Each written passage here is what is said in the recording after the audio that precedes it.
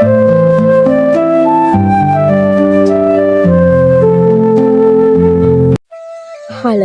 ළමයි, ඔන්න ඉතින් මං කාලෙකින් ඕගොල්ලොන්ට ඩේ බ්ලොග් එකක් තමයි අරගෙන ආවේ. මේ බලන්නකො කවුද මේකේ ඇතුළේ තියෙන මල් පෝච්චියේ බිත්තරයක් දාලා තියෙන්නේ කියලා. මේක කොබේ කූඩුවක්. මේ ළඟදී දවසක තමයි මේ කොබේ කූඩුව මෙතන හදලා තිබ්බේ. එයා පෙරේදා මෙන්න මෙතන මේ විදිහට චූටි බිත්තරයකුත් දාලා. පේනව නේද හොර ගෙඩිය වගේ එන විදිය. ඔය එන්නේ නම් ඉතින් බිත්තරේ රකින්න. මෙයා සාමාන්‍යයෙන් මම දැක්ක විදිහට මේ දෙන්න මාරුවෙන් මාරුවට තමයි මේ බිත්තරේ රකින්නේ. හරිම ආදරණීයයි නේද ළමයි? මිනිස් ලෝකයේ ඇතුළත විතරක් නෙවෙයි, ඉතින් සත්ත්ව ලෝකයේ ඇතුළත් මේ වගේ ලස්සන දේවල් තියෙනවා අපිට බලන්න. හරි. එහෙනම් දැන් යංකෝ අද දවසේ මම මොනවද කරේ කියලා බලන්න. මම නම් ඉතින් උදේ පාන්දර 4:00ටනේ නැගිටින්නේ. නැගිටලා කෑම උයලා හස්බන්ඩ් වැඩට පිටත් කරලා ඉවර වෙලා තමයි ඉතින් මම බ්ලොග් එක කරන්න පටන් ගත්තේ. මොකද වීඩියෝ කර හිටියොත් මට ළමයි උයන්න නෙවෙයි වෙන්නේ. අන්න ඉතින් මේ විදිහට මම මුලින්ම උයපු භාජන ටික හොදලා දැම්මා. දැන් ඉතින් කියන්න එපා ඔයාට මේ භාජන ටික උයන ගමන්ම හොද ගන්න තිබ්බනේ. ඇයි මෙහෙම කොට ගහගත්තේ කියලා. මේකනේ මම උදේට උයන්නේ. උයද්දි සමහර දවසට බබා ඇහැරෙනවා. ඒ වෙලාවට ඉතින් මට භාජන හොද ඉන්න බෑ. භාජන හොද උයලා මල විකාර කරන්න ගියොත් ඉතින් මට උයන්න වෙන්නේ හෙට තමයි.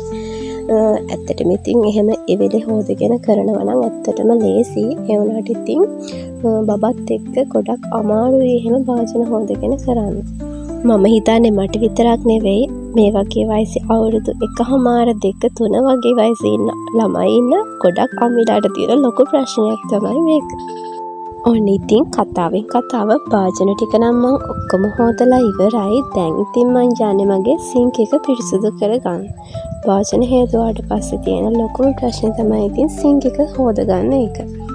ඊට පස්සේ ඉතින් මම සිංක් එකක් මේ වගේ පිරිසිදු කරගෙන ඊළඟට මම මේ හදන්නේ මගේ ලිප පිරිසිදු කරගන්න. ඉව්වට පස්සේ අනිවාර්යෙන්ම මේ විදිහට ලිප පිය දාලා පිරිසිදු කරගන්න ඕනේ. නැත්තම් ලිප මලකඩ කන්න බලනවා. ඒ වගේම මතක ඇත්තෝ ලිප මේ විදිහට පිරිසිදු කරගත්තට පස්සේ තෙත නැති හොඳ වේලිච්ච රෙදි කෑල්ලකින් මේ තෙත අයින් වෙන්න හොඳට ගෑස් ලිප ආයෙ පාරක් විහිද ගන්න. එතකොට ඔයාගේ ගෑස් ලිප මලකඩ කන්නේ නැහැ. ඔන්න ඉතින් මම කවුන්ටර් টොප් එක උඩ නම් පිහ දාලා අස් කරගෙන ඉවරයි. අපි දැන් යමු මගේ බෝතල් ටික සුද්ධ කරගන්න. ඔන්න ඉතින් මම ඉක්මනින්ම මගේ බෝතල් ටිකත් පිරිසිදු කරගත්තා. ඇත්තටම ඉතින් මේ 3-5 බෝතල් වලට වීදුරු බෝතල් පාවිච්චි කරනවා නම් ඉතින් ගොඩක් වටිනවා. ඒ වුණාට මට වීදුරු බෝතල් ගන්න නැති හින්දා මම නම් ප්ලාස්ටික් බෝතල් තමයි දැනට පාවිච්චි කරන්නේ. ඔන්න ඉතින් මගේ කුස්සියේ වැඩ ටික නම් දැන් ඉවරයි. දැන් මම මේ හදන්නේ මගේ කාමරේ අස් කරගන්න. ඇත්තටම ඉතින් පිළිවෙලටම තියෙන්න ඕනේ තමන් නිදා ගන්න කාමරේ. මොකද ගොඩක් කට්ටිය වැඩිපුරම ඉන්න ආස තැනක් තමයි තමන්ගේ කාමරේ කියන්නේ. අනිත් කට්ටිය නම් කොහොමද කියන්න මම දන්නේ නැහැ. මම නම් ඉන්න ආසම තැන මගේ කාමරේ.